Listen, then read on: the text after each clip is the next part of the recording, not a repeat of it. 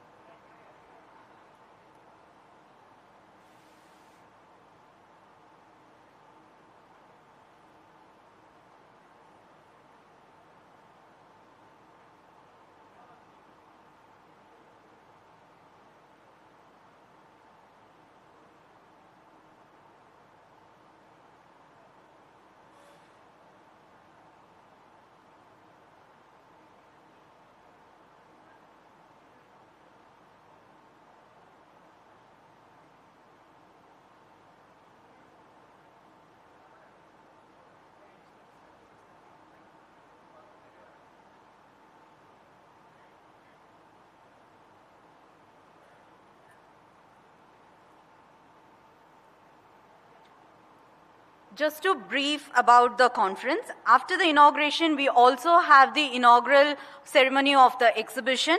That is the IKS exhibition curated exclusively based on the concepts of IKS. So you all are invited to witness the same. And we have completely meticulously planned parallel sessions which will happen in the CRC, that is the classroom complex. So please do join the parallel sessions according to the given schedule, and the CRC complex is just beside the auditorium. In case if you have any doubts, please do contact the volunteers who will be available here with a red color ID card or with a violet color ID card with the VNIT's logo. Just repeating, please be seated, don't stand, put your phone on silent mode.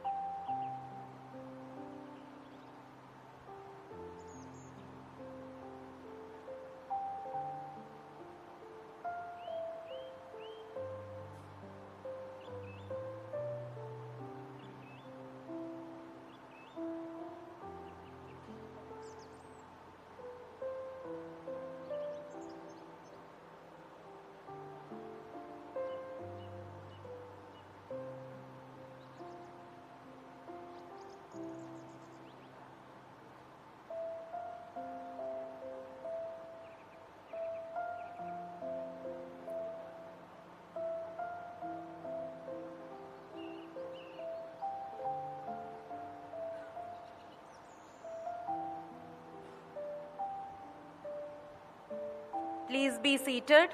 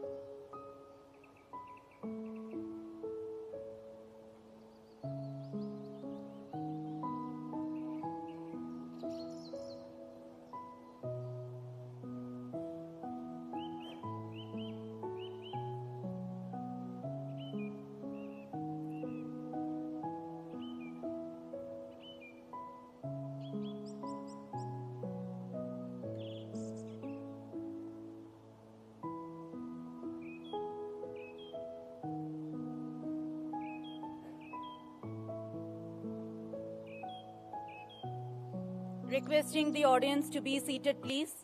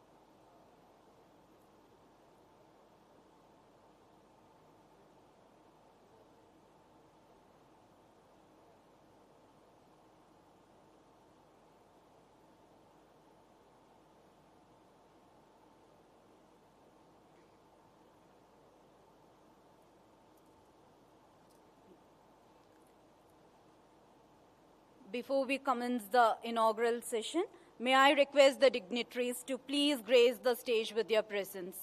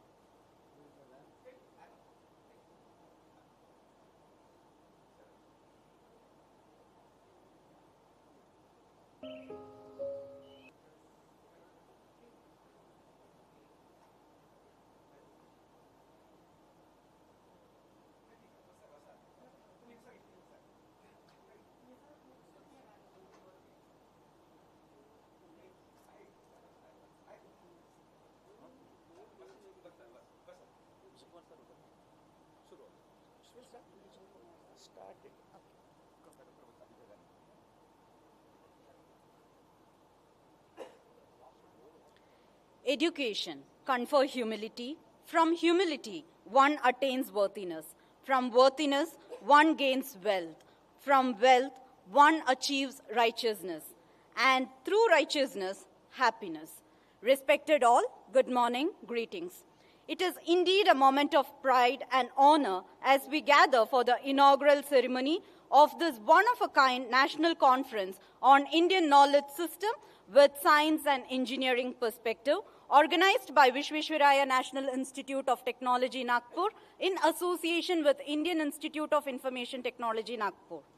This conference aims to delve into the invaluable contributions of the Indian knowledge system in the domains of science and engineering, reaffirming the timeless wisdom of our ancestors and its relevance in today's technological landscape. India has always been a long cradle of knowledge where science, engineering, and traditional wisdom coexist in harmony. Our Indian knowledge system are deeply rooted in our culture, reflecting a time-tested understanding of nature, sustainability, and innovation. As we advance technologically, we must hold on to our roots while embracing modern science. Sustainability is best achieved when we learn from our past and apply that wisdom to contemporary challenges. This conference aims to bridge the gap between ancient wisdom and modern science by fostering interdisciplinary research and collaboration. Integrating IKS with engineering and scientific methodologies will help us develop innovative solutions that respect nature and promote sustainable development. The National Education Policy, that is NEP 2020, emphasizes integrating the Indian knowledge system across the educational level to revitalize India's ancient wisdom within modern academic and professional settings. By promoting the inclusions of IKS in STEM education, the NEP 2020 encourages a deeper understanding of India's scientific and cultural heritage and advocates for curricula that explore traditional sciences, mathematics, philosophy, and linguistics. The concept of Panchamahabhuta, that is earth, water, fire, air, and space, emphasizes the interconnection of natural elements. In engineering, it aligns with material sciences, hydrology, mathematics and astronomy, and environmental sustainability, advocating balance and harmony with nature, directly contributing to sustainable development goals like clean water, sustainable cities, and climate action. In addition, it is also a sense of pride for us to inaugurate the IKS exhibition with posters curated based on the concepts of IKS exclusively by the students of VNIT. Moving on to the inaugural session. To mark the beginning of this enlightening journey, we would like to uphold our age-old tradition of nurturing nature by welcoming our distinguished dignitaries with a sapling, an embodiment of growth, wisdom, and sustainability. May I request Dr. Vijay Kumar and Dr. Atul Vankade, organizing secretaries, to extend this token of respect to our esteemed guests.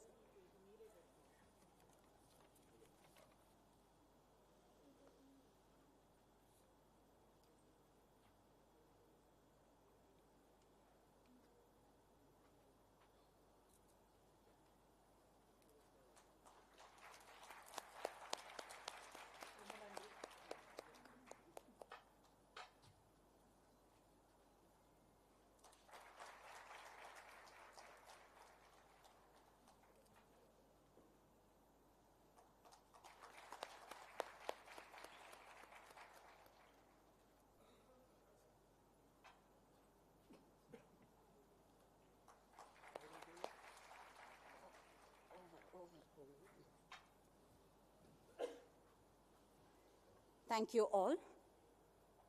Lead us from darkness to light, to invoke divine blessings and dispel the darkness of ignorance. With the light of knowledge, let us proceed with the ceremonial Deep Prajwalan. As the lamp is being lit, let the sacred Vedic chants exclusively recited by Sri Vallabh, B.Tech first year student of VNIT, resonate in this hall, invoking wisdom, peace, and prosperity. May I request the esteemed dignitaries on the stage to do the honors, please.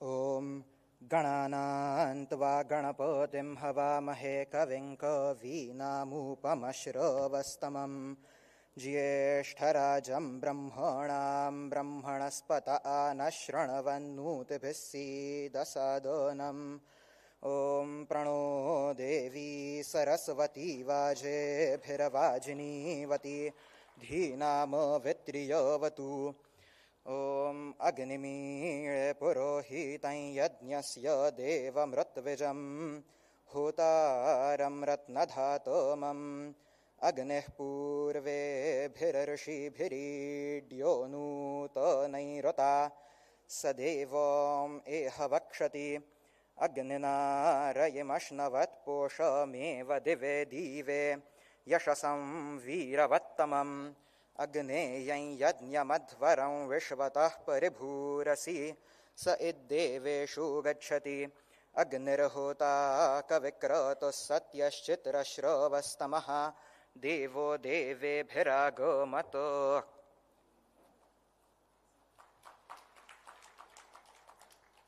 Thank you. Embrace each new day with a welcoming heart and an open mind, and welcome every change with open arms, for it brings new opportunities. With this, may I request Professor Yogesh Deshpande, convener, to deliver the welcome address and set the stage for this conference.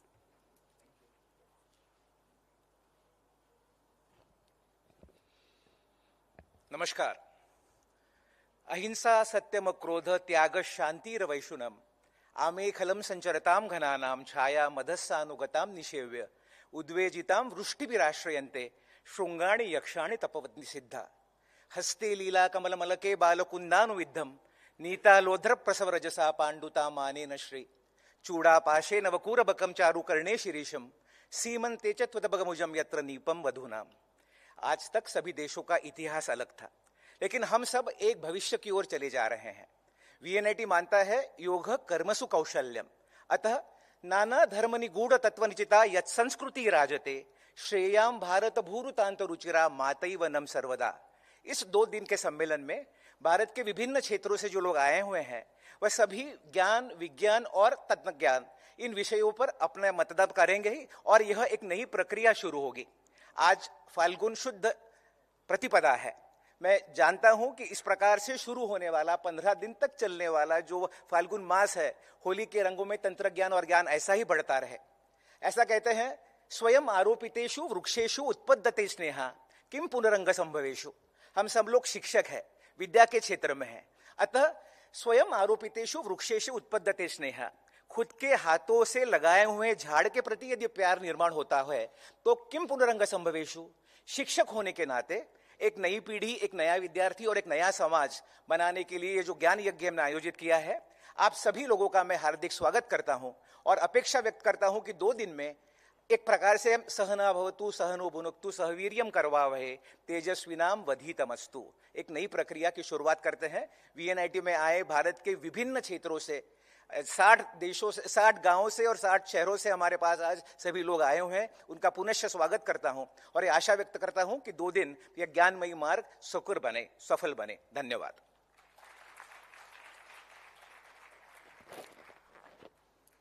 Thank you, sir, for that warm and heartfelt welcome. We are privileged to have with us our Honorable Director, Professor Premlal Patel, whose vision and leadership continue to guide us towards academic and research excellence. May I request Professor Patel to deliver the Director's address?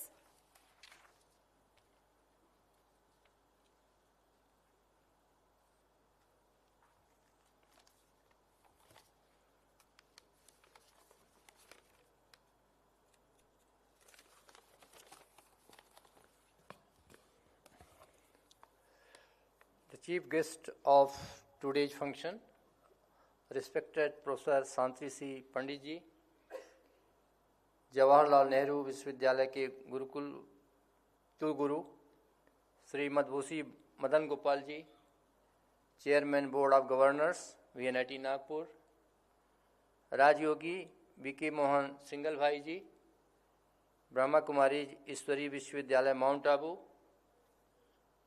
conveners of the conference, Professor Yogesh Pandey ji and Professor Pramod Chakravarti, dignitaries of the dais, Sri Atul Kothari ji, Rashtriya Sachiv, Sanskriti Uttan Nyas, Nai Delhi, Dr. Anil Kumar Gauri Setti ji, IIT Roorkee, Dr. Mohan Raghavan, IIT Hyderabad, Dr. Ramanathan, IIT BHU, Madam Sefali Vaidya ji, प्रख्यात लेखक एवं columnist, doctor जिज्वाला Chakradeo, कुलगुरु SNDT women's university, deans, registrar, heads, faculty, staff members, participants and my dear students, आप सभी को हमारा सादर नमस्ते एवं सुप्रभात। आप सभी का इस संतरा नगरी, भारत की हृदय स्थली नागपुर के वीएनआईटी के लस ग्रीन कैंपस में आप सबका स्वागत है। भारतीय ज्ञान परंपरा जो साइंस एवं इंजीनियरिंग पर आधारित हो, ऐसी संकल्पना हमारे चेयरमैन बीओजी श्री मदन गोपाल जी सितंबर 2024 में बीओजी मीटिंग के दौरान की थी। कॉन्फ्रेंस के ऑर्गेनाइजिंग कमेटी ने इसके बाद पिछले 3-4 महीने से दिन रात मेहनत की और उसके फलस्वरूप आज इस कॉन्फ्रेंस में 250 से ज़्यादा एक्सटर्नल पार्टिसिपेंट्स सम्मिलित हुए हैं। इसके लिए मैं अपनी पूरी ऑर्गेनाइजिंग कमेटी को बहुत बहुत धन्यवाद देना चाहूँगा। कॉन्फ्रेंस का टॉपिक आज के संदर्भ में 2 बातों में जो बहुत महत्वपूर्ण मेरे को लगता है, पहला तो यह है कि आज भाग दौड़ की दुनिया में हमारे विद्यार्थी और शिक्षक भारतीय ज्ञान परंपरा एवं भारतीय संस्कृति उनको ओझल दिखती हुई नजर आ रही है। इसलिए भारतीय ज्ञान परंपरा और उसकी अनुभूति आज के युवाओं को अति आवश्यक है। दूसरा, भारतीय ज्ञान परंपरा एवं भारतीय संस्कृति हमारी धरोहर है, उसे प्रिजर्व करना हम सभी के लिए अत्यंत महत्वपूर्ण है। भारतीय ज्ञान परंपरा एवं भारतीय संस्कृति को प्रिजर्व करते हुए साइंस एवं टेक्नोलॉजी में रिफाइनमेंट लाने से ही हम विश्व गुरु बन सकते हैं। हमारे माननीय प्रधानमंत्री मोदी जी ने इस अमृत काल में स्वर्णिम भारत की जो परिकल्पना की है, पुरुषों चरितार्थ करने के लिए हमें भारतीय ज्ञान परंपरा को NEP 2020 में समुचित ढंग से समाहित करना होगा। हमने अपने कन्वेनर्स को रिक्वेस्ट किया है कि आप इस कॉन्फ्रेंस के सेशन के जिस्ट को नोट करेंगे और उसकी रिकमेंडेशन कॉन्फ्रेंस के बाद हमारे सभी पार्टिसिपेंट्स को देंगे। हमें पूरा विश्वास है कि हमारे जिस तरह से विद्वान और हमारे जो अतिथिगण आए हैं उनके मार्गदर्शन में एक बहुत ही अच्छा रिकमेंडेशंस निकल के आएगा जो हम सबके लिए बहुत अभूतपूर्व साबित होगा और हम अपने करिकुलम में उसको अच्छे से हम समाहित कर पाएंगे। हम सभी हमारे जो गेस्ट आए हैं, मैडम आपने जो अपना बहुमूल्य समय निकाला है और दिल्ली से आप यहाँ आई हैं और सब इनाग्रेशन प्रोग्राम में आप सम्मिलित हुए हैं, उसके लिए बहुत बहुत धन्यवाद देना चाहूँगा। हमारे जितने हमारे डिग्निटरीज आए हैं, जो विद्वान आए हैं और अपने टेक्निकल सेशन में, प्लेनरी सेशन में जो आप व्याख्यान करने वाले हैं और हमारे पार्टिसिपेंट्स को सही डायरेक्शन में इंडियन नॉलेज सिस्टम क्या है, उसको कैसे हम अपने नॉलेज में सम्मिलित कर सकते हैं, उसको आप सही ढंग से डायरेक्शन मिलेगा तो बहुत ही अच्छा हमको हमारे लिए साबित होगा। आप इस प्रोग्राम में आए, आप 2 दिन के लिए हमारे इस प्रांगण में हैं। आप उम्मीद है कि आप पूरे 2 दिनों में अच्छी तरह से आप रहेंगे और किसी भी तरह की कोई भी आवश्यकता है तो हमारे ऑर्गेनाइजिंग कमेटी मेंबर्स हैं, वो आपको सहयोग करेंगे। और इस कॉन्फ्रेंस की लिए हम आप सबको बहुत सारी शुभकामनाएं देना चाहता हूं। बहुत धन्यवाद, बहुत बहुत धन्यवाद, धन्यवाद।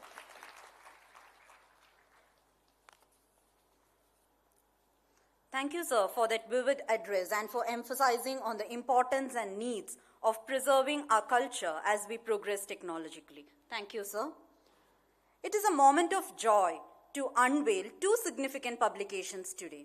To begin with, may I request the dignitaries on stage to release the souvenir of this conference encapsulating research contributions and insights.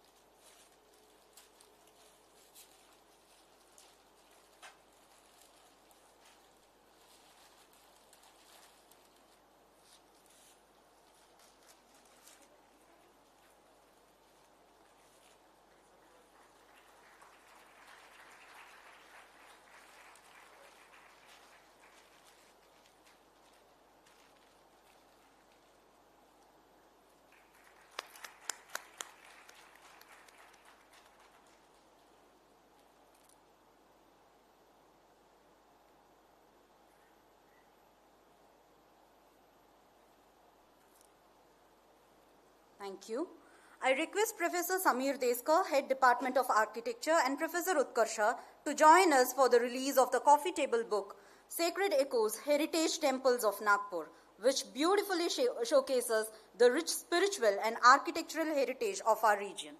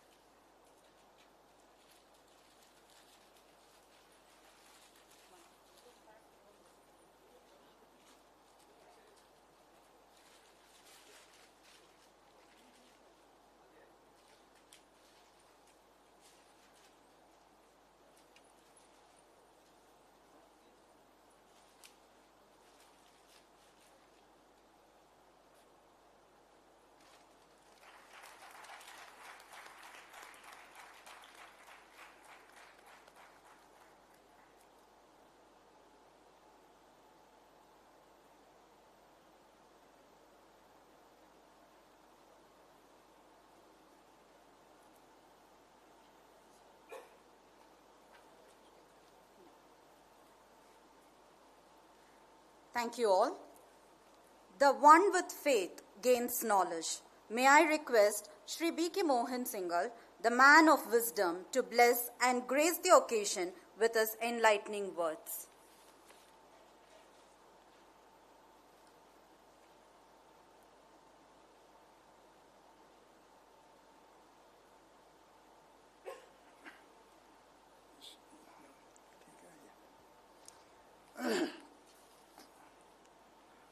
Good morning, शुभ प्रभात एवं ओम शांति. Distinguished guests on the dais and my dear divine brothers and sisters coming from all over India, as I have been said, and all the organizing members of this conference. I am coming from Mount Abu, and really I consider it a proud privilege to be here today amongst all of you during this special conference, Indian Knowledge System with Science and Engineering Perspective. Really it is the need of the hour, because we all are Indians mostly, and Indian knowledge system is deep rooted in our consciousness and soul. But today we are living in the scientific world, and anything which science approves, it is accepted by all immediately. So our Indian knowledge system, though it is very ancient and old, but still it requires the recognition from all over the world. So in this respect, I first congratulate the organizing members who have organized this conference. उनको मैं बहुत बहुत बधाइयाँ देना चाहता हूँ कि उन्होंने जो आज के समय की आवश्यकता है उसके लिए कॉन्फ्रेंस ऑर्गेनाइज की. साथ ही साथ आज का दिन विशेष भी है. हम सब जानते हैं आज नेशनल साइंस डे है, और बहुत प्रसिद्ध वैज्ञानिक उनके उपलक्ष्य में ये मनाया जा रहा है, प्रतिवर्ष मनाया जाता है. और इसीलिए विज्ञान और इंडियन नॉलेज सिस्टम का एक दूसरे से समन्वय, उसके लिए इससे ज़्यादा एप्रोप्रिएट और कोई समय नहीं हो सकता था. इसलिए इस उपलक्ष्य में आप सभी को बहुत बहुत अनेक बधाइयाँ हों. इस मौके पर मैं एक रेफरेंस में और बात करना चाहता हूँ कि मैं mount Abu, the headquarter of Brahma Kumaris, वहाँ से आया हूँ. And after taking retirement from ONGC, which I served for more than 28 years as an engineer, after passing from Indian School of Mines, which later became IIT, और वहाँ से पास करने के बाद 28 वर्षों के बाद और वॉलंटरी रिटायरमेंट के बाद मैं 10 साल से वहाँ पर हूँ. तो वहाँ पर इस भारतीय संस्कृति के संबंध में बहुत बहुत कार्यक्रम होते हैं, और एक बहुत बड़ा विशाल कार्यक्रम इस महीने की सितंबर मास में 12 से 16 सितंबर तक एक किया जा रहा है. हम सबके जीवन का लक्ष्य तो होता है, चाहे कुछ भी कार्य करें, जीवन में सुख, शांति और अल्टीमेटली खुशी आए. और इस संदर्भ में मैं कहना चाहूँगा कि what the conference we are going to organizing during 12th to 16 September, which includes the Engineers Day 15 September also. तो इस उपलक्ष्य में जो कॉन्फ्रेंस हम कर रहे हैं उसका एक मेन थीम में जो विषय रखा है, art and science of happiness. किस प्रकार से जीवन के हर क्षेत्र में, हर पल में हम जीवन में खुशी की अनुभूति करते रहें, जो जीवन के लिए बहुत आवश्यक है. चूँकि ये कॉन्फ्रेंस हमारे बहुत बड़े विशाल हॉल में होने वाली है, एक वहाँ पर डायमंड जुबली हॉल है जिसकी कैपेसिटी लगभग 4000 पार्टिसिपेंट्स की है. तो 4000 के लिए हम ये कॉन्फ्रेंस कर रहे हैं. तो उस उपलक्ष्य में मैं बहुत खुले दिल से आप सब लोगों को भी आमंत्रित करना चाहता हूँ कि माउंट आबू वैसे भी बहुत अच्छा स्थल है और आबू रोड पर ये कॉन्फ्रेंस जो होने वाली है वहाँ आप आएँ, इस कॉन्फ्रेंस का आनंद भी लें और साथ ही साथ वहाँ का जो एक दिव्य और अलौकिक वातावरण है, वहाँ हमारे रहने की व्यवस्था, भोजन, सारी व्यवस्था हमारी है और at a time sometimes more than 25,000 people are there. Of course इस कॉन्फ्रेंस के लिए तो डायमंड जुबली हॉल में 4,000 लोगों के लिए ये कॉन्फ्रेंस मिली हुई है। तो मैं इस उपलक्ष्य में आपको सबको और आपके मित्र संबंधियों को भी निमंत्रण देना चाहता हूँ और आशा करता हूँ कि आप यहाँ पर जो हमारी एक लोकल ब्रांच है जिसका पता आपको कल हमें आपको बताया जाएगा, उसमें आप लोग पधारें और जीवन में सदा काल की सच्ची खुशी, सुख और शांति की अनुभूति कैसे हम सब पल पल पर करते रहें, इसी शुभ आशा के साथ एक बार पुनः आयोजकों को बहुत बहुत बधाई हो इस कॉन्फ्रेंस की और इस कॉन्फ्रेंस के साथ साथ पूरे ऑर्गेनाइजिंग कमेटी और आप लोगों ने जो मेहनत की है उसके लिए बहुत बहुत शुभकामनाएं और बधाइयाँ। धन्यवाद। Om Shanti.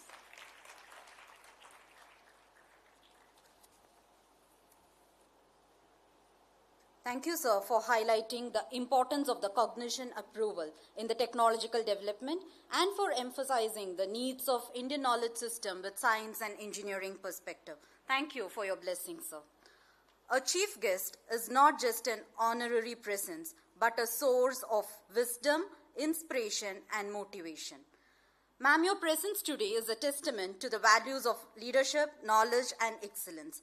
With this, may I request Dr. Udit Jain to introduce our distinguished chief guest, Professor Santi Shri Dhulipuri Pandit, Vice Chancellor, Jawaharlal Nehru University, New Delhi.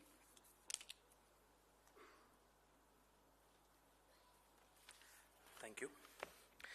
Good morning, esteemed guests, dignitaries, faculty members, and students. It's an absolute honor to welcome our esteemed chief guest, Professor Shanti Shri Dhulipuri Pandit, to the National Conference on the Indian Knowledge System at VNIT Nagpur. Professor Pandit is an eminent scholar and accomplished academic leader and a distinguished administrator whose contributions to education, research, and policy making have been truly remarkable. Currently serving as the Vice Chancellor of Jawaharlal Nehru University, New Delhi, she holds the distinction of being the first woman and alumnus to lead this prestigious institution, a role she has been serving with excellence since February 2022. Born in Leningrad, now St. Petersburg, Russia, Professor Pandit pursued her education in Chennai, excelling at Presidency College, where she was a gold medalist in both her BA and MA. She later completed her MPhil and PhD in International Politics from JNU's School of International Studies, followed by a postdoctorate in Peace and Conflict Studies from Uppsala University, Sweden. With a distinguished teaching and research career spanning over 3.5 decades, she began as a lecturer at Goa University in 1988. Then she joined Savitribai Phule University, Pune University in 1991, where she rose to the position of professor in the Department of Politics and Public Administration. She has also held key administrative roles, including serving as the Director of International Center from 2001 to 2007. Professor Pandit has made significant scholarly contributions, authoring and editing multiple books and publishing extensively in the field of international relations, Asian studies, foreign policy, conflict, violence, and gender studies. Some of her notable works include Parliament and Foreign Policy in India, Restructuring Environmental Governance in Asia, Ethics and Policy, Cultural Diplomacy, Buddhism and India's Look East Policy, and Reflections of an Unconventional Mind, among a few. She has supervised 30 PhD and 8 MPhil scholars. She has also served as Vice President and later President of the Indian Political Science Association, as well as a member of several Government of India national committees, including NAAC, CSIR, ICSSR, ICCR, and IIAS. Recognizing her contributions to education and society, she has received numerous prestigious awards, including the Women Educator Award 2003, Srimati Sushma Swaraj Stree Shakti Award in 2022, the World Peace Award in 2022, the Deen Dayal Upadhyay Award in 2023, and the Devi Award for Excellence in Education in 2024. Notably, in January 2024, she was conferred with the honorary rank of Colonel by the Ministry of Defense for her significant contributions to National Cadet Corps. A polyglot, Professor Pandit is fluent in Telugu, Tamil, Marathi, Hindi, Sanskrit, and English with a working knowledge of Kannada, Malayalam, and Konkani. Beyond academics, she has been actively involved in student mentoring, career counseling, social service, and cultural organizations, playing a vital role in initiatives such as New Life for India movement and Youth Forum for Gandhian Studies. As we gather here to explore the profound wisdom of Indian knowledge system, we are truly privileged to have Professor Shantishri Dhulipudi Pandit amongst us. Her vast experience, deep insights, and commitment to academia and nation building will undoubtedly inspire us all. With great respect and enthusiasm, we extend a warm welcome to Professor Shantishri Dhulipudi Pandit.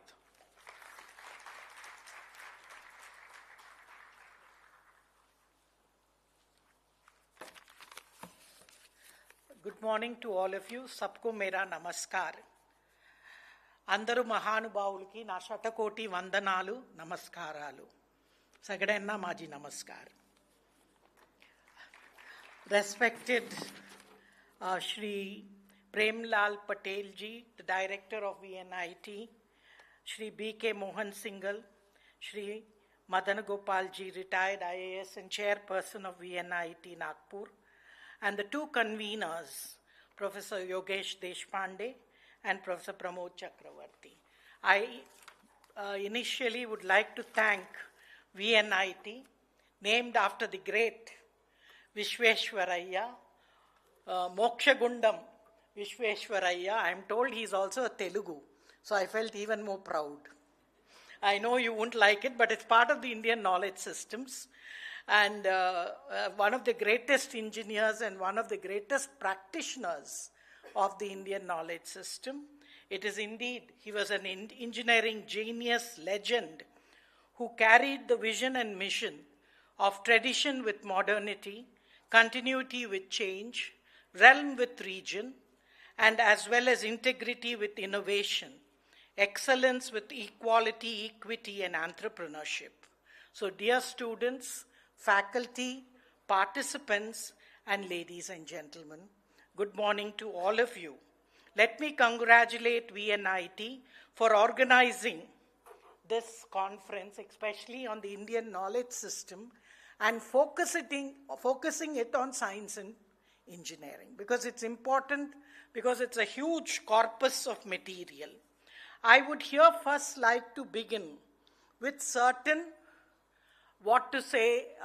ideas that I think you should all understand, because we have had a history, a 200 colonial period with post-independence 75 years, where you had narratives that did not support the resurgence of the Indian knowledge system.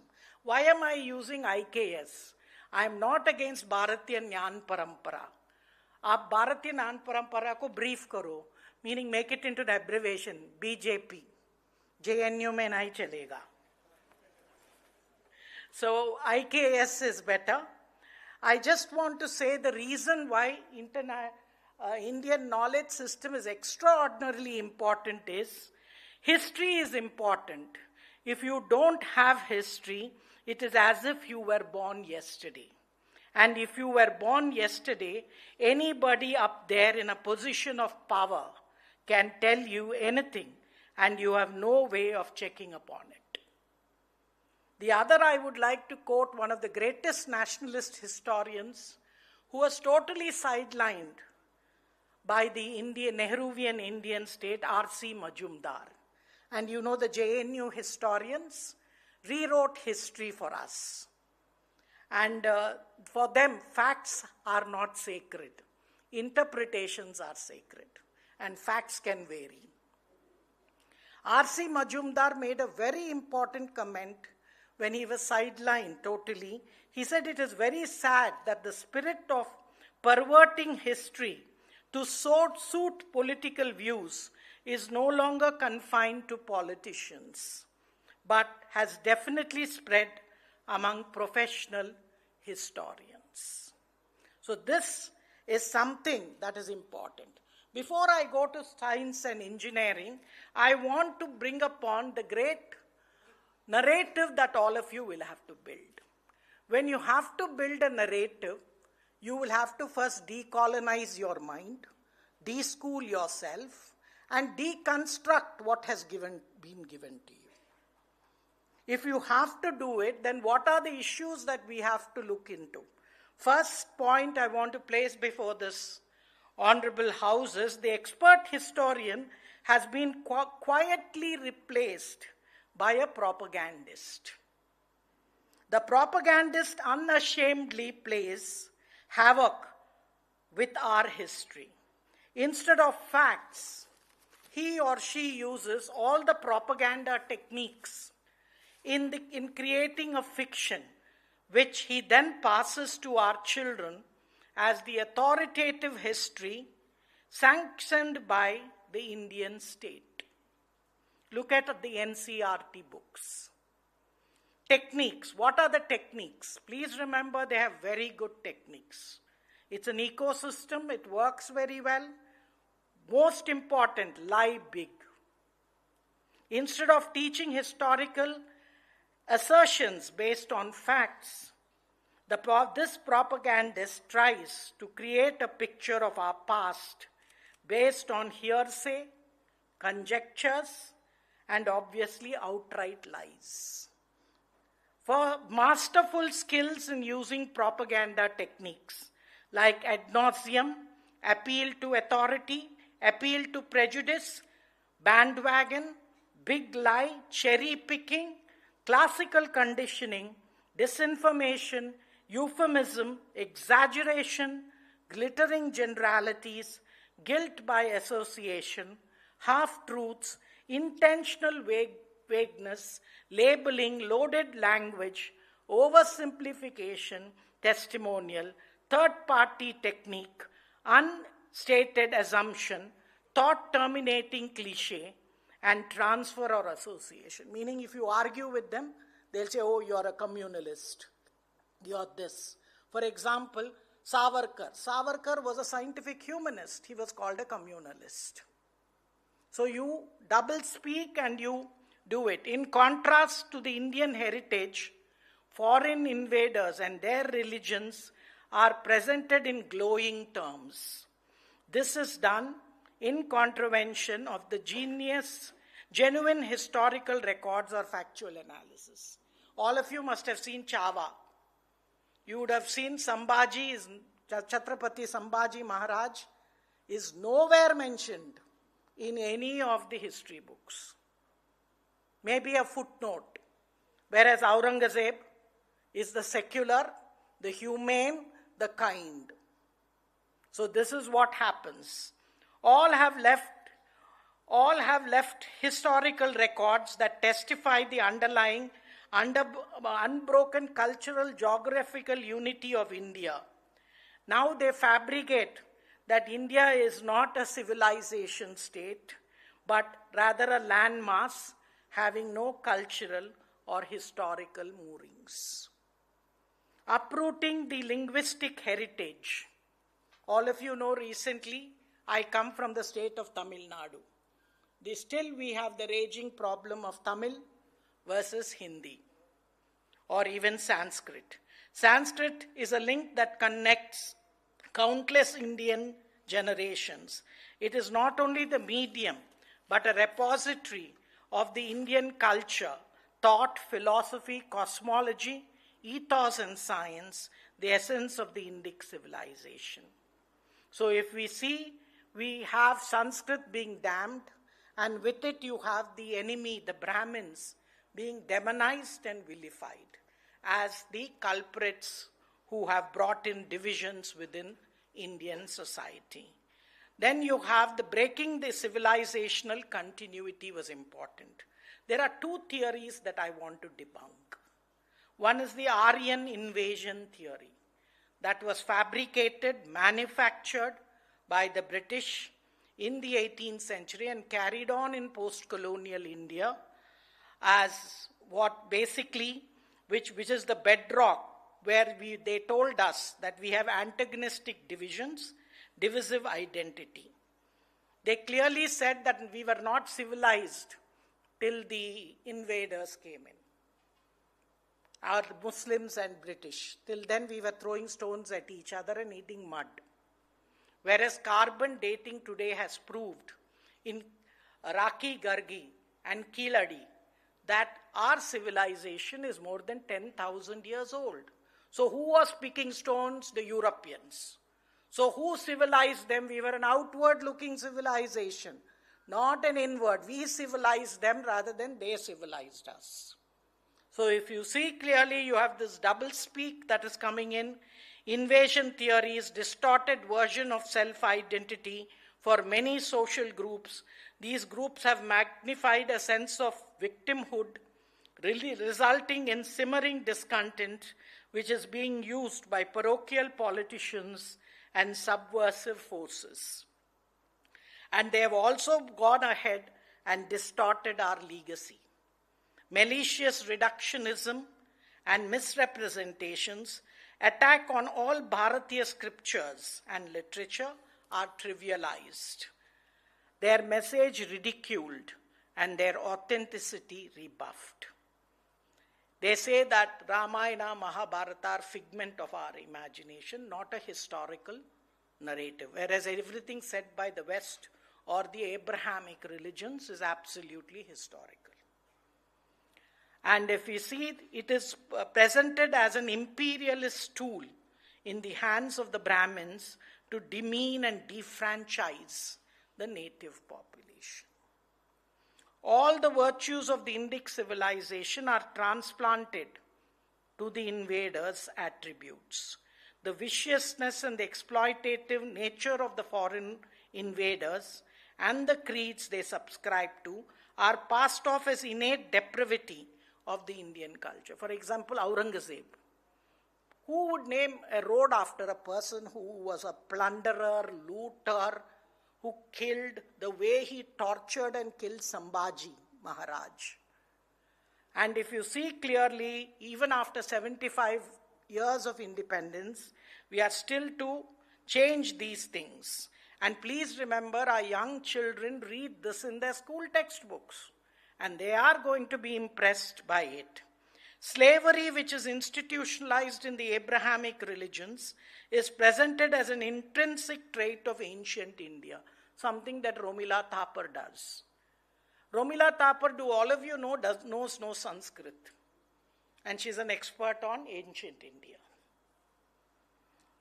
And 14th, if you see, they see that the wicked Indian kings and the emancipating invaders means till the Mughals came, apan kai kaat na hoti. They only taught us how to eat Mughalai food and all that, okay? Or even till the British came, we had no democracy. Lokshahi nahi hote. Te yun aplela shikola. Okay, let us take that what they said is correct on democracy. Then why there is no democracy in Pakistan, Myanmar, Nigeria, Bangladesh, which were also ruled by the British? That is because it is of the Indian political culture. Bharatiya Sanskriti, we are pluralistic. We celebrate diversity. We are the only faith, we are a way of life. So dharma, please don't translate it into religion or faith. It is not like the Abrahamic religions. Dharma is not faith. Dharma is a way of life. And hence Sanskritize English. Use dharma as dharma only, it is not religion. Because the Abrahamic faiths believe in one God, one book. We have a choice. Tell me in which other way of life you have a choice of even your gods. And you can also be an agnostic and still be a Hindu. So if you see very clearly, it is very important. And if you see here, what have they done? They have literally, most of the Indian kings have been presented as warmongers, always busy destroying each other. Muslim Turkic Mughal rulers as benevolent and just. Indian kingdoms spread over large areas and time periods are reduced to a mere footnote in history, while smaller foreign kingdoms, sometimes even those limited to a city or a single individual, are presented as empires. For example, the Mughal Empire which is only 150 years, against the Vijayanagar Empire, 450 years, or the Maratha Empire. Why? And if you see clearly, they also have the idea that we were anti-women. This I want to strongly contradict. India, the Indic Dharmic civilizations, is the most feminist civilization in the world. You'll ask me why. Who had the powerful portfolios in Indira's cabinet? Saraswati, the goddess of knowledge. Whether you want to say knowledge is power or power is knowledge. Foucaultian. Both ways she is there, and she was a great woman who redefined the role of womanhood. Then money, prosperity, Mahalakshmi. We do after Diwali, Lakshmi Puja. And the goddess of power, Durga, Parvati. We celebrate feminine power in where?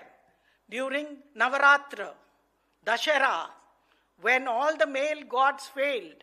It was finally Devi who defeated the Rakshas. So we celebrate feminine power, and for us, the male-female is not in opposition to each other. It is Ardhanarishwar, the concept of balance and harmony. So why do we ape the binary divisions or binaries which the West has given us? So I would rather say these are certain things that you should have behind your mind when you have to build strong narratives before you construct anything on science and engineering. I also would like to tell you, all our gods are called Lakshmi Pati, Sita Pati, Uma Pati, Radha Krishna. Means there is no Patini, right? Pati means Lakshmi Pati. Vishnu is the husband of Goddess Lakshmi. So please understand, we are a feminist civilization, and the West need not come and tell us what we should do. I think the way we had liberated, I think it's rather the invaders who destroyed this civilizational aspect of ours. And even with LGBT, I think we are a much more civilized dharmic state than the West. Now coming to the issue of science and technology, I'm very happy that the engineering college is bringing this. Specifically, I would say that first things is you teachers need to write books, not only in English, Hindi, but all the Indian languages. Why? Because we don't have study material. Tumi kaisi shikonar if you don't have study material? The one thing I want to bring before you for architecture, because you have architecture in this, and you just gave me a wonderful book on the temples of Nagpur, the Brihadishwara temple, built by Rajaraja Chola I. The construction was completed in 1010. This is one of the earliest granite temples in the world. It should be a wonder of the world, not the Taj Mahal.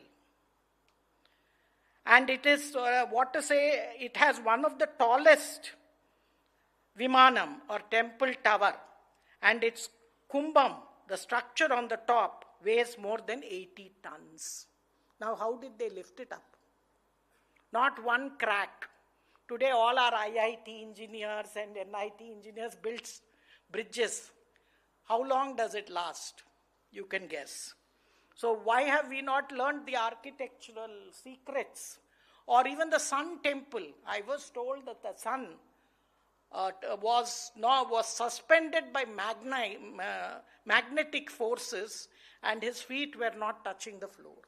And the first rays of the sun used to fall. Or even you take the Meenakshi temple, and the towers, no time of the day the shadow of the tower falls within the Meenakshi Amman temple.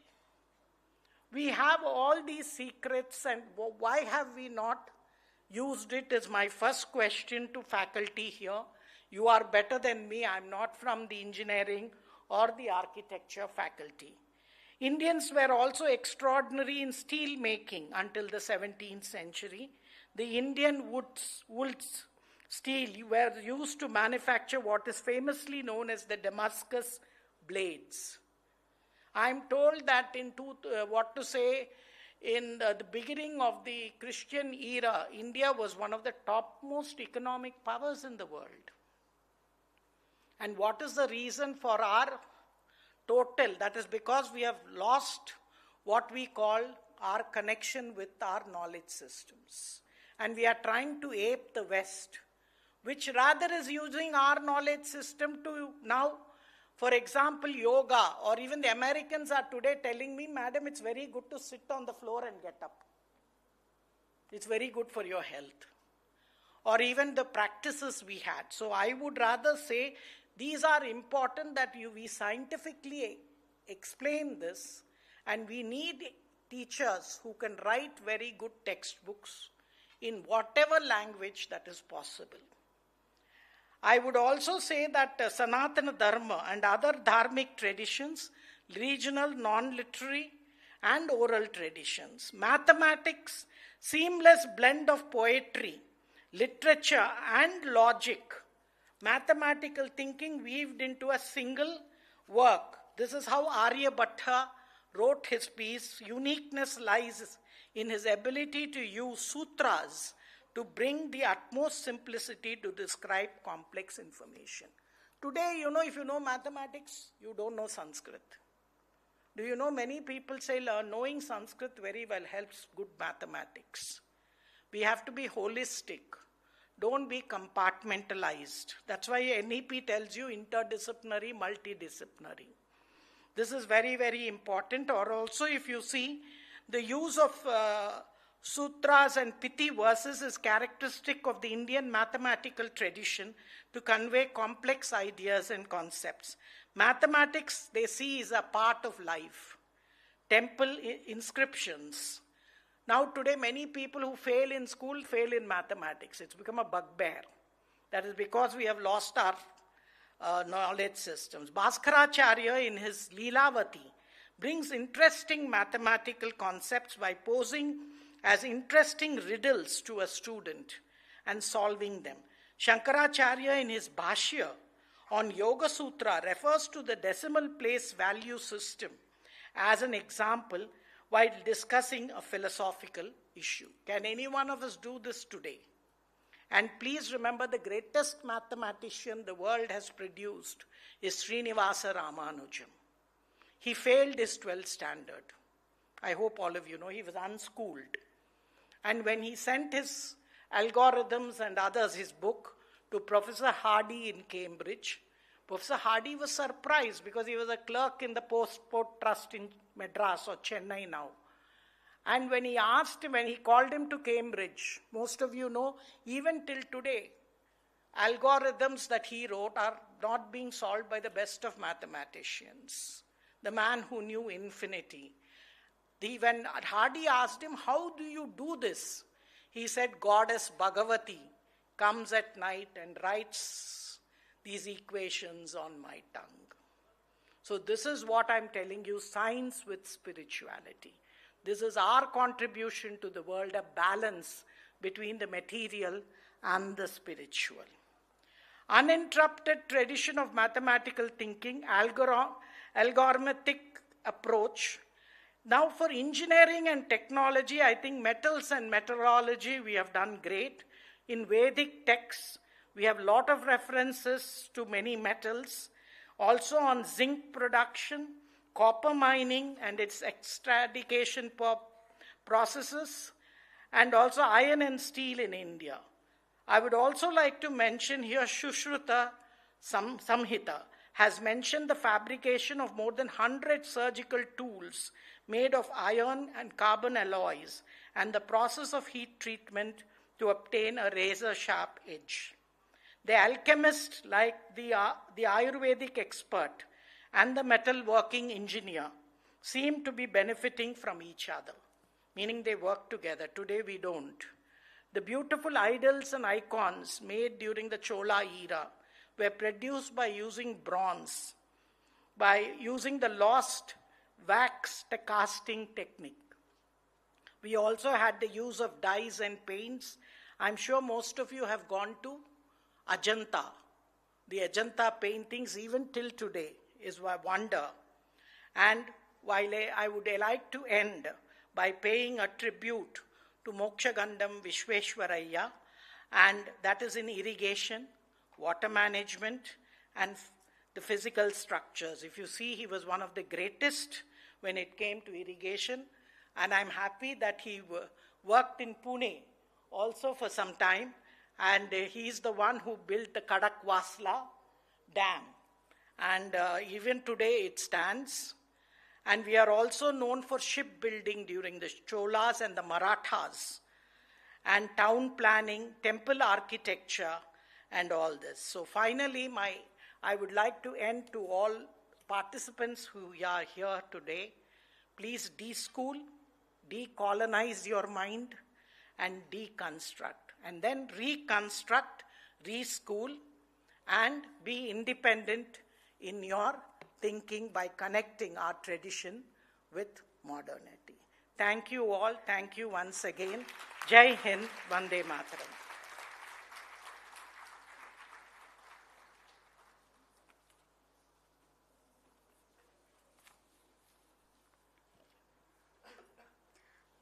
Thank you, ma'am, for letting us reminisce the greatness of our institute. Thank you for emphasizing on the importance of history and the narratives, decolonize and de-school, the mind, nuance of creating picture of past, euphemism, exaggerations. Thank you for all those historical anecdotes, for stressing on linguistic walls, invasion theories, and so on. Thank you for intertwining history and the Indian cultural practices to bring out the essence of Indian knowledge system. It was indeed a pleasure listening to the greatest architectural strategies of our nation, which is upholding the amazing temple structures ages down the lane. You also quoted mathematics, seamless is end of poetry, to highlight the richness of Indian mathematical traditions. Thank you for the phrase, science with spirituality. Thank you, ma'am, for your intellectual address, and this will be the epitome of success of this conference. Thank you once again. To honor our distinguished guests for their invaluable contributions, we now proceed with the felicitation ceremony. May I request Honorable Chairman BOG, Shri Madhabushi Madan Gopal, to felicitate the chief guest.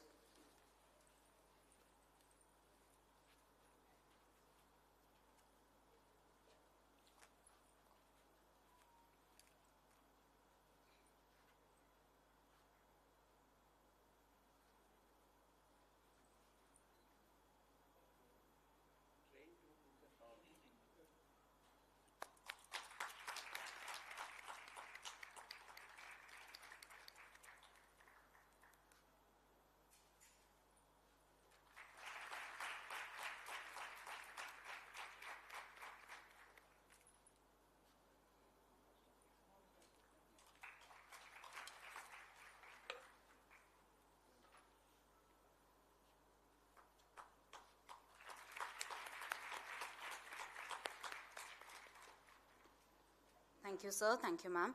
Requesting Honorable Director, Professor Premlal Patel, to felicitate Shri B.K. Mohan Singhal and the Chairman BOG.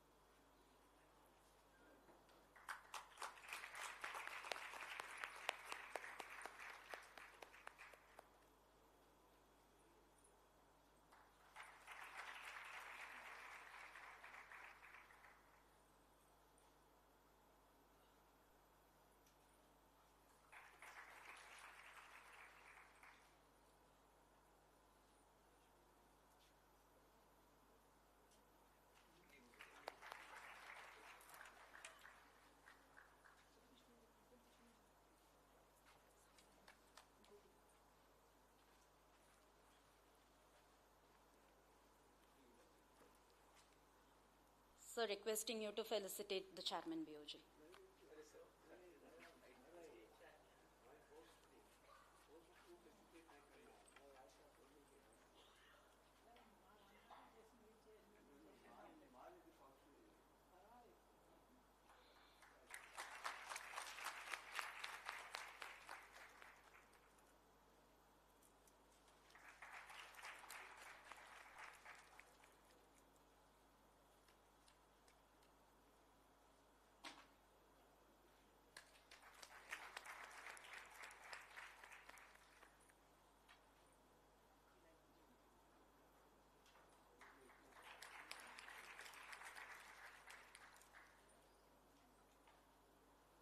Thank you, sir. May I request the convener, Professor Yogesh Deshpande, to felicitate the Honorable Director.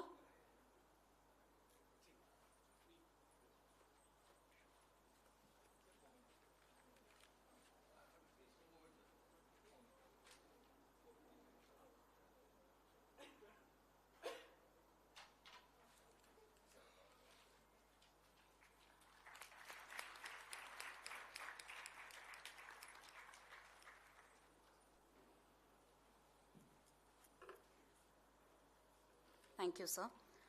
Great leaders inspire others to dream more, learn more, and do more, and become more.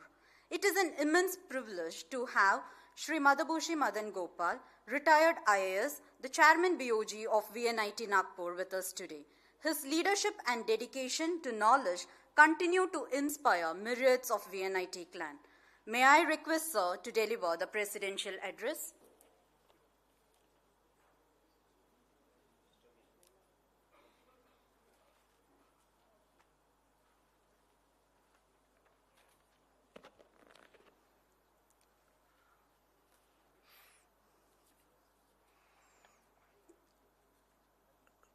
So respected Sri B.K. Mohan Singhal-ji, respected Professor Santi Sri Dhulipadi Pandit, Vice Chancellor of Jawaharlal Nehru University, and Dr. Premlal Patel, our Director of VNIT, and Professor Yogesh and Professor Pramod Chakravarti, Professor Ramanathan and Raghavan and Urisetti, Shefali Madam, all the distinguished torchbearers of Bharatiya ethos and value systems, and also all the distinguished participants from different parts of the country, our own alumni, alumni and the faculty, and as well as the students. This is a great occasion because I came to know the depth of little bit. I can't claim that I'm an expert, but when I was the chairman of NEP 2020 school education in Karnataka, we are supposed to prepare 28 or 27 position papers. One of the position paper is the Indian knowledge system. So that committee was chaired by Professor Ramanathan. And then during that almost 2 to 3 years of interaction with him, and also the different chairpersons and the committee members of various position papers, the entire whole dimensions, multi-dimensional nature of our educational system, how the educational system was vitiated by certain false narratives, certain things where the deficiencies were. And I'm not saying everything was fine, but there are a lot of finer points, a lot of the value systems, a lot of the positive things which are supposed to learn. Unfortunately, so what happens if you, suppose somebody, if you have a fracture of your hand, hope it won't happen, but when you tie the bandage for 3 months or 4 months, remove that, your hand stops functioning. Similarly, many of whether it is our mindset or whether it is a value systems, they are made deliberately dysfunctional. After some time, the very organ which is supposed to function stops functioning. This exactly happened to the Indian intelligentsia. Because why I am mentioning that, our Madam Santi Sri ji has given a very detailed analysis of what went wrong, what is the richness of our ancient culture, and she gave the various dimensions. So tragically, scattered writings of the travel writers, scattered writings, quoted in some other book, taken as the source for the writing Indian history. It's not a primary material, not a secondary material, none of our manuscripts, none of our inscriptions, none of our art history examples were taken into consideration, but scattered writings in a different languages, whether it's Latin, whether it's Roman or the whatever, those writings quoted in some other book, that source is taken as the construction of Indian history. Now you can imagine what type of a bias, what type of a misinterpretations, what type of a narratives were built up in the past. The whole idea of the Indian knowledge systems, what we thought Bharatiya Jnana Parampara, because there is no many of the words, whether it is a Jnana Parampara. Parampara, I can't call it as a system anyhow. Jnana is not knowledge anyhow. Jnana is a beyond knowledge. It includes wisdom, it includes knowledge, it includes information. It's a multi-dimensional nature of the human consciousness. It's a Jnana. So here when we are talking about the Bharatiya Jnana Parampara, it's like a huge tree. Where are the roots, where the branches, where the flowers, where the seeds and the leaves, and it's spread across the world. Simple examples, if you come across many parts of the world, not necessarily, I'm not talking of the South Asian countries like Cambodia or Laos or Vietnam or Thailand or Sri Lanka or Nepal or Bhutan. Even a country like Kyrgyzstan. Kyrgyzstan it's a Central Asian country. I was there last before year. So I was moving around that, in Bishkek is the capital, going around, and then I saw there is a Rudaki a square. Then another place I went, Rudaki National Library.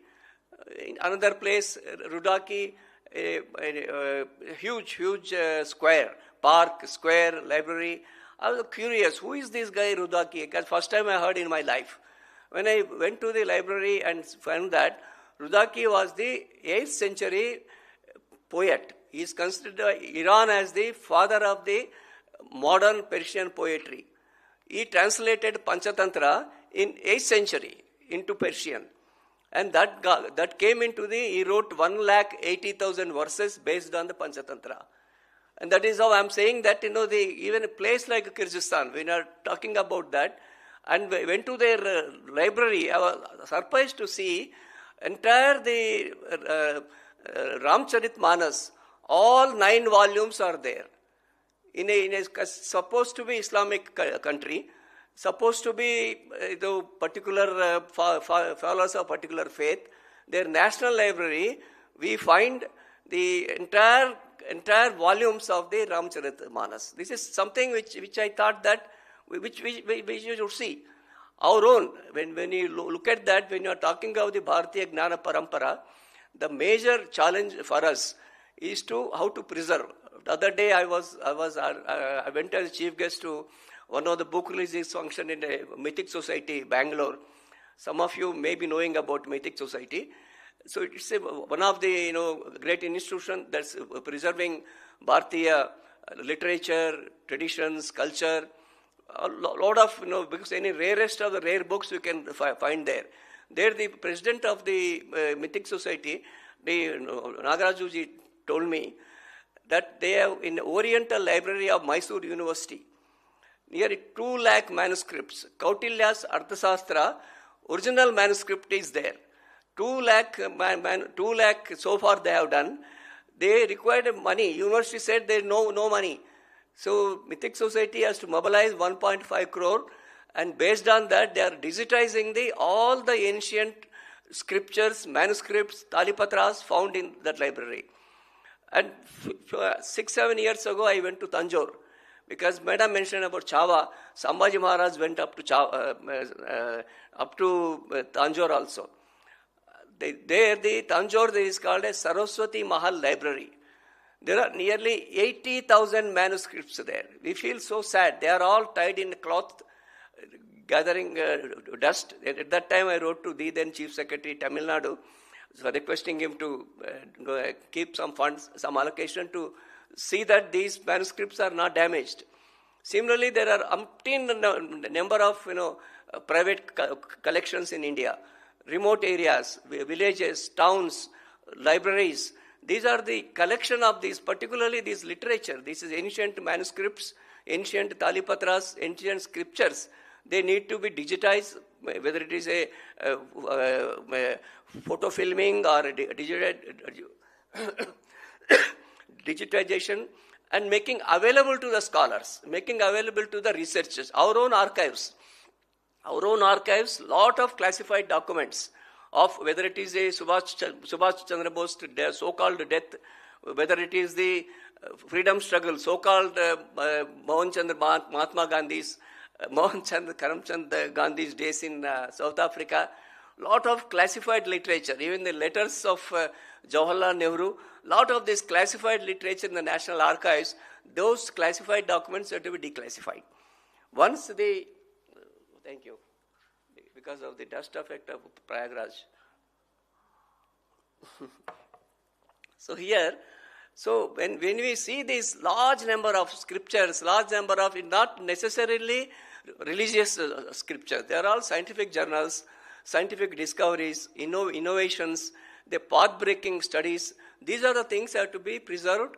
Though there is a national manuscript mission, but the limited funding for that is a sad thing. Lot of, our whether it is a corporate social responsibility or a support from the universities, support from the institutions of higher learning, protecting these old manuscripts, documents, and historical, discoveries. These has to be preserved and made available to the researchers.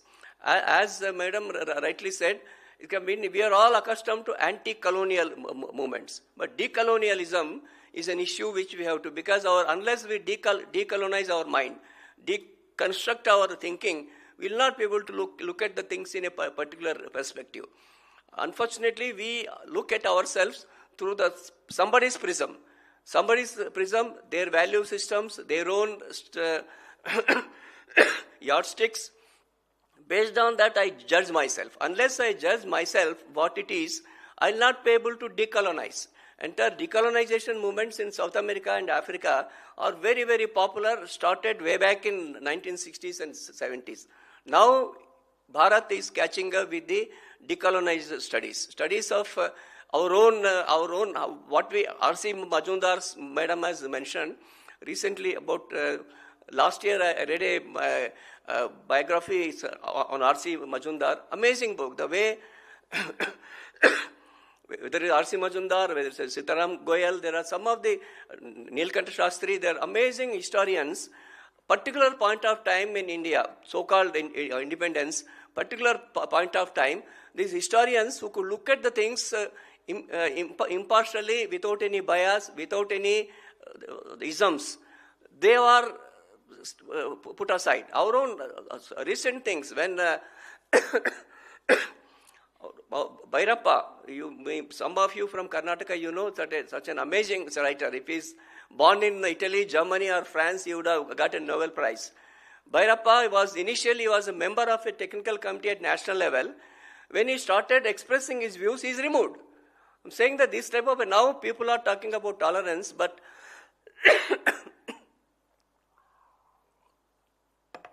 those deconstruction, decolonization is one of the few things to set the things apart. Sorry.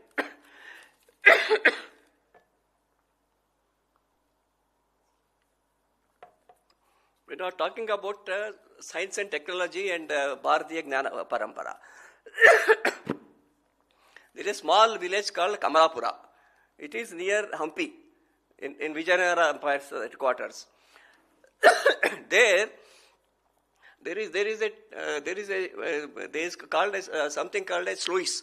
Sluice is where the water is released into the field. Sluice and the wastewater is the surplus.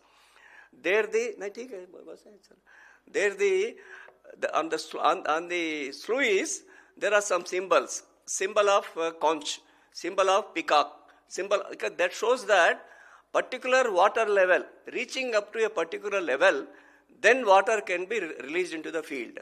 There is a system of Nirgantis. Nirganti means in those days, the tanks, we are called talab or eri or a kere, they are not maintained by the government, they are maintained by the village community. We are talking of now the international funding agencies talk of the social capital. Social capital is the strongest in Bharat. Social capital is the community life and the minimum number of the disputes there, whether there is a temple, school or a tank, etc. They are the community owned assets. These are the symbols of a social capital. Now, Bharat, our villages, our small towns, they are the symbols of the strength of the social capital. This social capital, this is organic, societal structures were gradually weakened by certain imaginary fault lines. Imaginary fault lines are exemplified. Imaginary fault lines are shown as if this is the only Indian, only Bharatiya Sanskriti. This is the only culture we have. When the imaginary fault lines are pumped into our heads for decades, so we start believing the fault lines are true. So now the Indian knowledge system or a Bharatiya Gnana Parampara, the amount of research, amount of discourse going on in the country now, internationally also, this is now opening our minds. Our insights are now getting developed. We are re-looking into ourselves, what we are, what we were, what we are, what we will be. When we talk of the Vikasit Bharat, Vikat is what will be. Because we all know how we are progressing towards, this is the resurgent Bharat. This is the trend. When we are talking about, I gave an example of the small tank. It is, can we say this from the days of the Vijayanagara Empire. I am quoting from parts in Karnataka only. Anybody visits Srirangapatna bridge, because I also didn't know. I was handling one project of integrated tank development project many years ago, decades ago in Karnataka. In that connection, I came in touch with one scholar in Indian Law Institute, Delhi. They brought out a research volume on correspondence between Boring. Boring was the revenue commissioner of Mysore, and the Sankey. There is a Sankey tank in Bangalore. Is a chief engineer Sankey. Correspondence between the two, Boring and the Sankey. How the Sankey is a typical thinking that India doesn't know anything. All engineering technologies, everything, building technologies, construction technologies, everything come from the West. We have to teach Indians. He used to think that Indians have to be taught. Whereas a Boring went in to study the ancient bridges built in the Mysore state. It was built, some of them built during the Vijayanagara times. How to lay the foundation in a sand area, pile foundation, it was done during the Vijayanagara times. I am not saying, because if I say, you say, I am a biased, I am a rightist, etc. Anyhow, you brand, I don't care anyhow. I am saying that when the Boring, because there is, those who are in Bangalore, you know about that, there is a Boring Institute, there is a well-known club, entire literature, this is not quoted from some writer or anything, correspondence of Boring, Commissioner of Mysore, Revenue Commissioner of Mysore, and the Chief Engineer Sankey. The correspondence, if you read that, you will see what type of a engineering skills of particularly the bridges across the river Kaveri, streams, Chitravati river, there are so many streams around Kaveri. These bridges were built in the 9th and 10th centuries. I am saying that this entire construction work, when the madam quoted about Mokshangadam Vishwesaraya, I was a DM in Bijapur district. Now it is called Vijaypura, bordering Sholapur. There is a tank kere called Bhutnal Kere. We had a very severe problem, water scarcity in Bijapur. Continuously about 40 weeks we could supply water to the town only about once in a week. So then we went to going around that places studying that Bhutanal Kere. All other tanks have dried up. Bhutanal Kere means the tank, Talab. Bhutanal Kere, water was there. When he saw there is a small lake there, say that was designed and built by Mokshagundam Vishwesvaraya in 1930s or so. I am saying that, that real scholarly, not only scholarly work, put into the applied engineering technologies. Applied engineering technologies, this is a part of the Bharatiya Gnana Parampara. So here I just gave a few examples. In the remote village in the Himachal, I keep traveling that side. I saw one village because now solar power had come.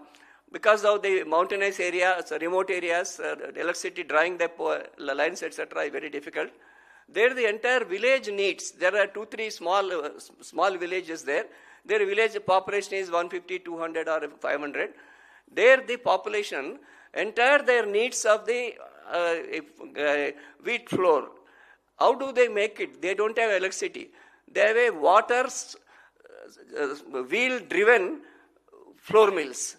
Water wheel-driven flour mill. There the person who is running is no salary for him. Out of the whatever, if they do 5 kilos of atta, 1 kilo given to him, 1/5 of that. Similarly, I said that Nirganti system, after the crop comes, the villages would divide the crop into 5 parts, 1/5 goes to the worker there. I'm saying the entire concepts are that is something which is beyond the imagination of any European. Those who come here, those who think only that their type of their visualization, because as many of you must have heard about book Beautiful Tree by Professor Dharampal, where he describes how the beautiful tree, the Indian civilization, the tree, those guys came from outside, all invaders. They started scratching at the roots. Because of the roots they're scratching there, roots were exposed to sun and the vagaries of the weather. Then the tree started drying. That is how to re-water our roots. Re-watering our roots is something very, very critical for the Bharatiya Gnana Parampara. Again, why I am using a Bharatiya Gnana Parampara is that our language, English I have to speak. I can speak in Telugu, I can speak in Hindi, I can speak a little bit Tibetan also. But issue is that many of the equivalent words like Rashtra, Dharma, there is no equivalent word in any language. Rashtra is not the nation. We mistake Rashtra as the nation because entire concept of the modern nation came only after the French Revolution. But whereas in India, in Bharat, concept of Rashtra was totally not geographical boundary. It is a civilizational, heritage, cultural, traditional, customary areas. Wherever the traditions, customs, you can see them across the world. That is where Bharatiya Gnana Parampara, where our concepts of Rashtra, concept of Dharma, concept of Vyakti, concept of Samaja, because Dharma is at different levels. Dharma is not just going to temple and praying.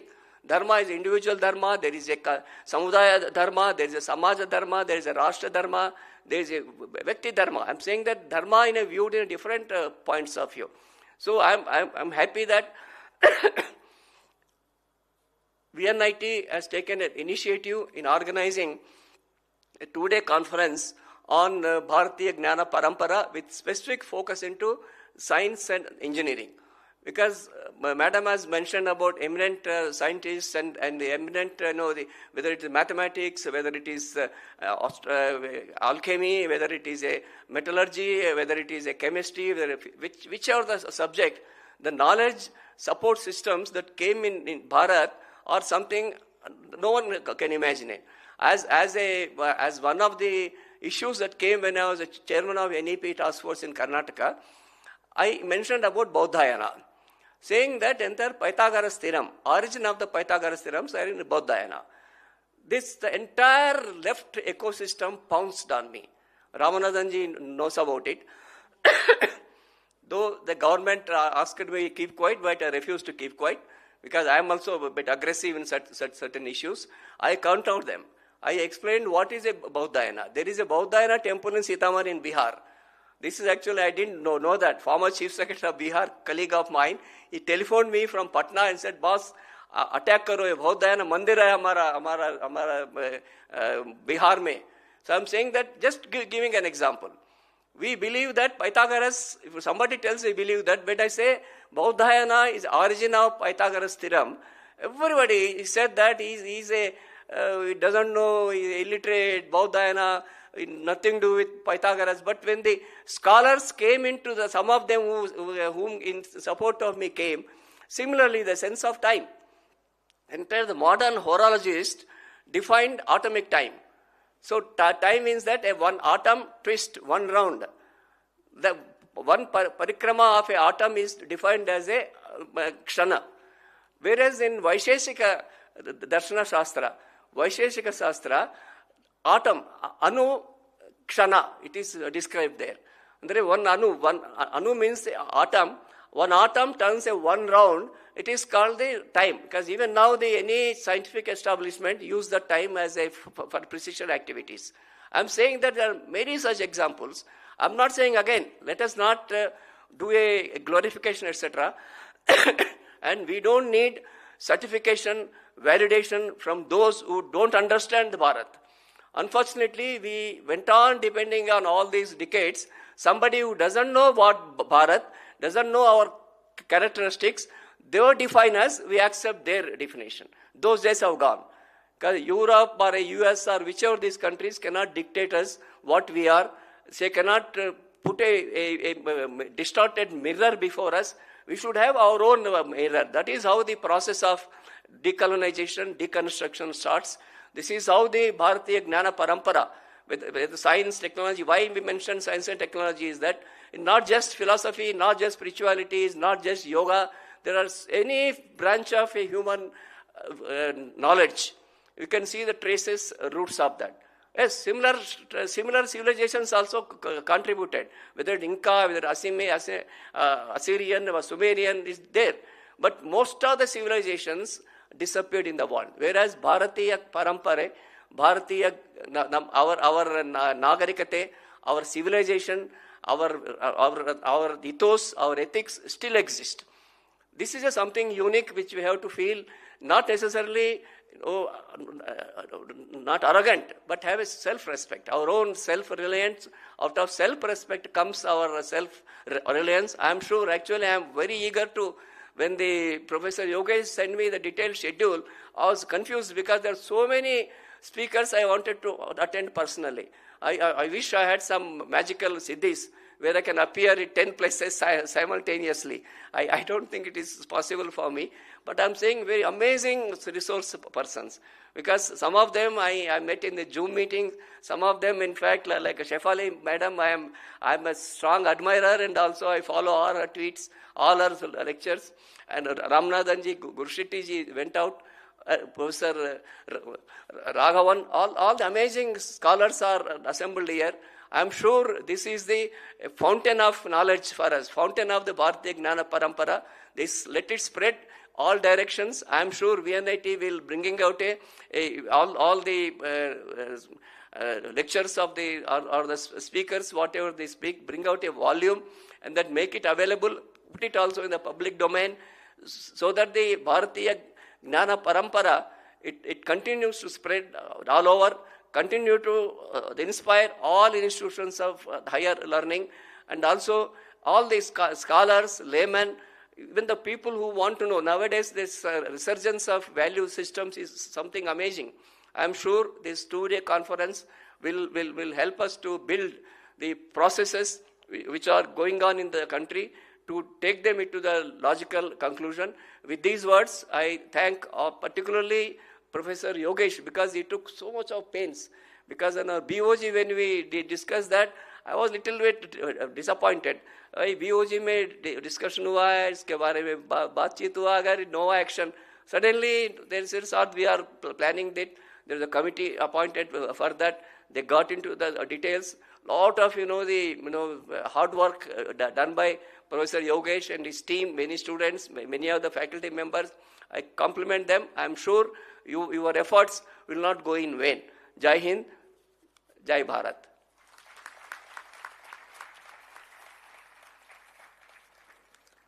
Take my glass. Thank you.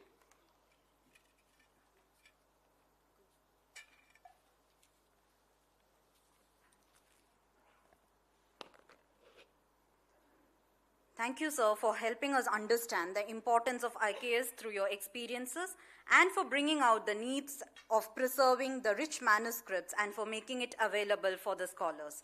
Thank you for tracing the cultural richness of our country. Sir, your insights and examples will pave way for better research in the field of IKS among the academicians here. Thank you, sir.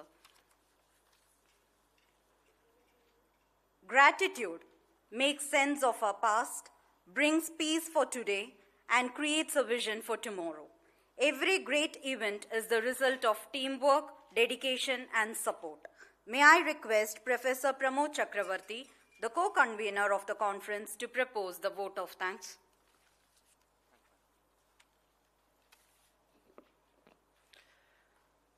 విద్యసంగు వినయము వినయమునను బడయు పాత్రత పాత్రత వలన ధనము ధనము వలన ధర్మంబు దాని వలన ఐహికాముష్మిక సుఖంబులందు నరుడు.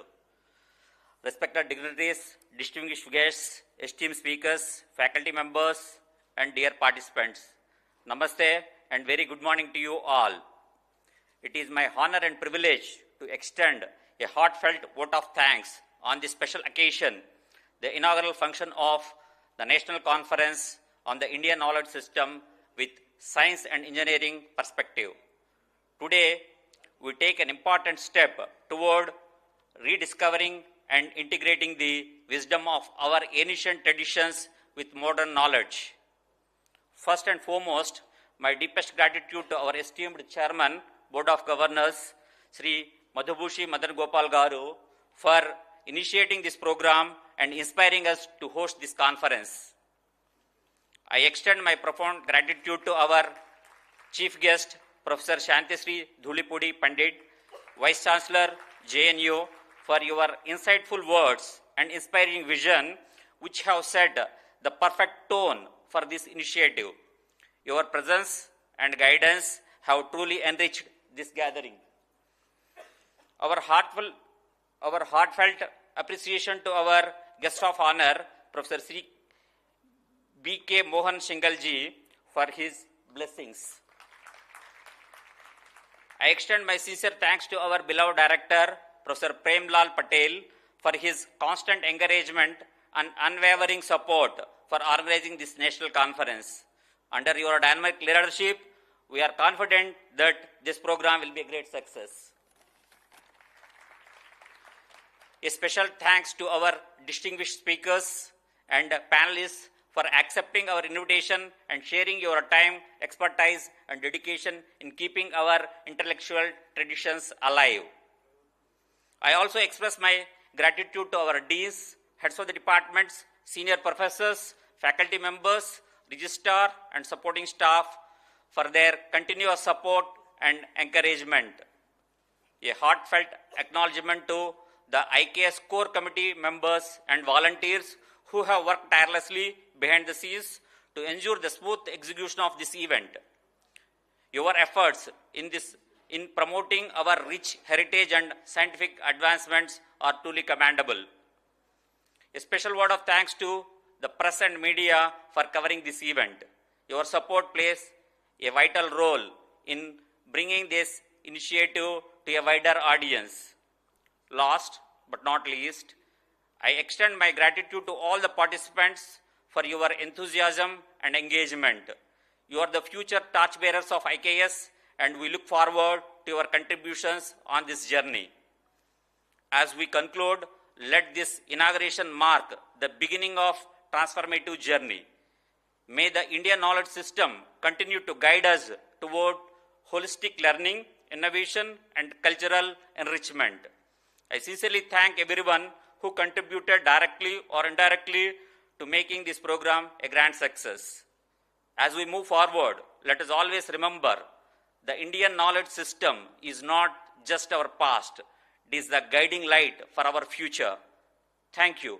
Jai Hind, Jai Bharat.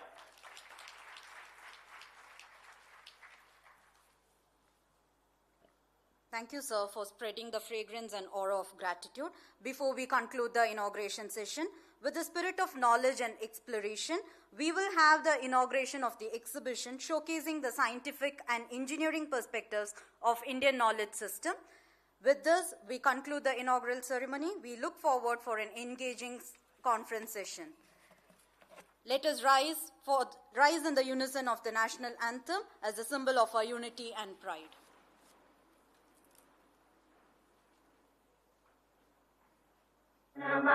नमनरधिनायक जय हे भारत भाग्य विधाता पंजाब सिंध गुजरात मराठा द्राविड़ उत्कल गंगा विंध्य हिमाचल यमुना गंगा उच्चल जलधि तरंगा तव शुभ नामे जागे तब शुभ आशिष मांगे गावे तब जय गाथा जन गण मंगल दायक जय हे भारत भाग्य विधाता जय हे जय हे जय हे जय जय जय जय हे